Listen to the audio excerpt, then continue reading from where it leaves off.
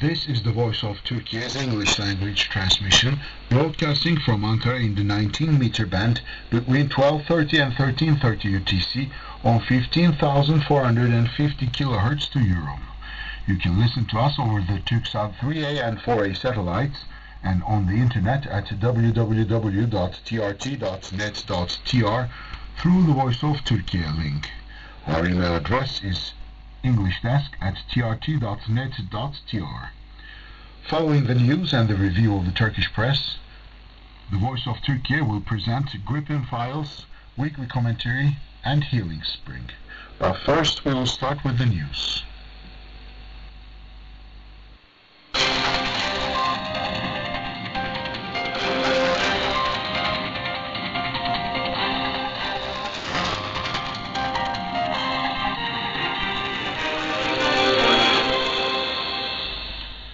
Azerbaijan losses surmount as Armenia breaches ceasefire.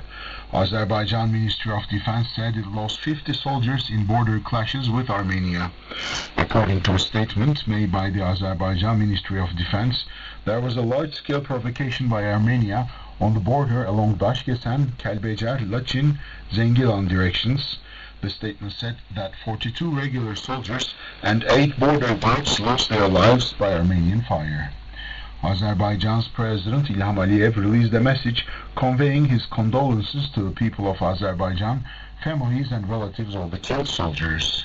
The ministry also said that even though ceasefire was declared to be effective Tuesday morning, 9 a.m. local time, Armenian side constantly breaches the terms, even with artillery and other heavy weapons. In related news, Turkish Foreign Minister Çavuşoğlu said Turkey will always be on the side of dear Azerbaijan. Turkish Foreign Minister Mevlüt Çavuşoğlu said Turkey will always be on the side of Azerbaijan. Mevlüt Çavuşoğlu issued a message of condolence for the Azerbaijani soldiers who were martyred in the clashes on the Azerbaijani-Armenian border.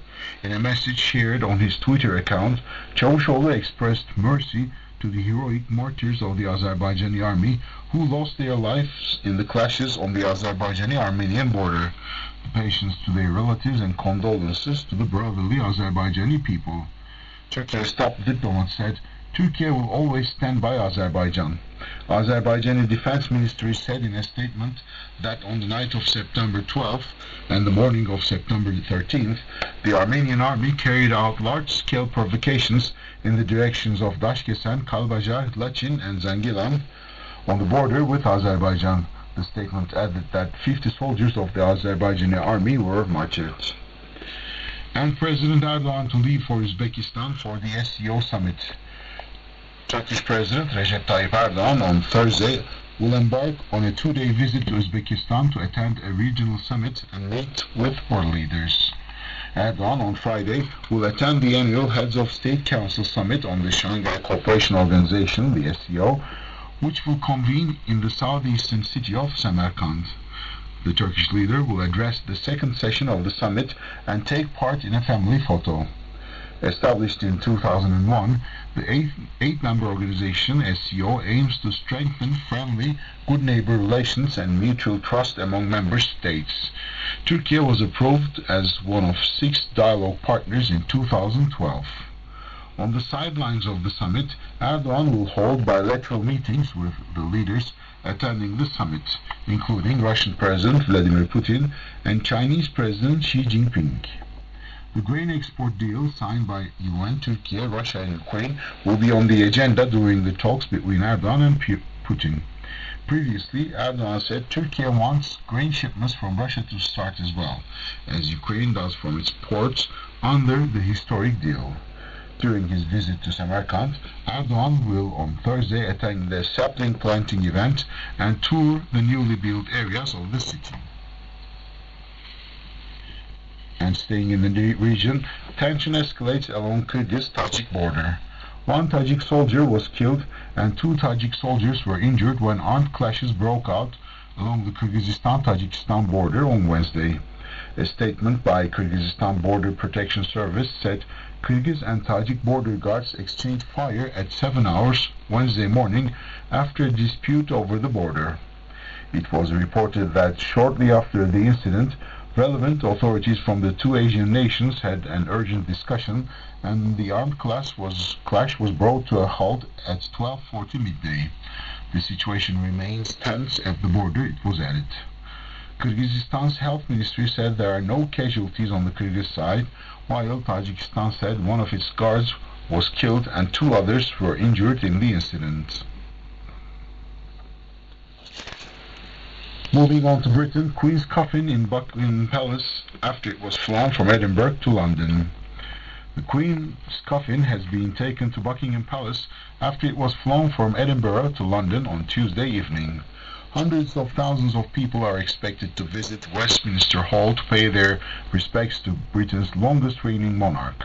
It is due to leave for Westminster Hall at 14:22 BST British time, carried on an open gun carriage of the King's Troop Royal Horse Artillery, drawn by a team of black horses. King Charles III, his sons Prince William and Prince Harry, and other members of the royal family will follow behind the coffin on foot. After the coffin is placed in a position in Westminster Hall by the Grenadier Guards, a short service will be held, attended by the King and members of the royal family. The service will be led by Archbishop of Canterbury, accompanied by the Dean of Westminster. Members of the royal family will then leave after the service. Westminster Hall was the venue for the King's address to MPs and peers on Monday, when he was also given their condolences. At 17 BST, the public will be allowed to enter the hall to file past the coffin and pay their respects. The Queen will then lie in state until 6:30 BST on Monday, which has been declared a bank holiday across the UK. During the lying in state period, Westminster Hall will be open for 24 hours a day. The last member of the royal family to lie in state in the hall was the Queen Mother in 2002, when more than 200,000 people queued to view her coffin. Meanwhile, thousands of people are lining the streets of Buckingham Palace ahead of a procession that will take the Queen's coffin to Westminster Hall. And moving on to Ukraine, Ukraine continues to liberate their settlements. Ukrainian Deputy Defense Minister Hanna Maya said that since 6th of September, more than 300 settlements in the Kharkiv region have been taken back from the Russian forces. Maya assessed the latest counterattacks launched against Russian forces in the Kharkiv region of Balalika, where Ukraine regained control, expressing that an area of approximately 3,800 square kilometers has been taken back from the Russian forces since September 6th. Maliar said more than 300 settlements and approximately 115,000 of our people were liberated from the occupation, where they were held hostage. Maliar noted that the counter-attacks against Russian forces in the region will continue until the Kharkiv region is completely recaptured. Meanwhile, Kharkiv region military administrator Governor Oleg Snebugo stated that his statement 30% of the Kharkiv region was in the hands of Russian forces before the counterattacks launched by the Ukrainian army. The Ukrainian army almost cleared all these occupations. And finally, in sports news, Turkey won the Greco-Roman style team championship. At the World Wrestling Championship held in Serbia, Turkey won the Greco-Roman style team championship. In the organization held in the capital Belgrade, Turkey won 2 gold and 3 bronze medals in the Greco-Roman style. At the World Championships, Rıza Kayaalp won the gold medal in 130 kilograms and Burhan Akbudak in 82 kilograms. National wrestlers Selçuk Can at 72 kilograms, Yunus Emre Başar at 77 kilograms, and Ali Cengiz at 87 kilograms won the bronze medal, while Metehan Başar at 97 and Murat Fırat at 67 took 5th place in the weight division. Turkey won the Greco-Roman style team championship with 125 points. Azerbaijan came in second with 118 points, and Serbia came in third with 110 points. The Greco-Roman national team last topped the teams competition at 2009 World Championship in Herning, Denmark. The national team thus became champions again after 13 years. And that was news in English on the Voice of Turkey.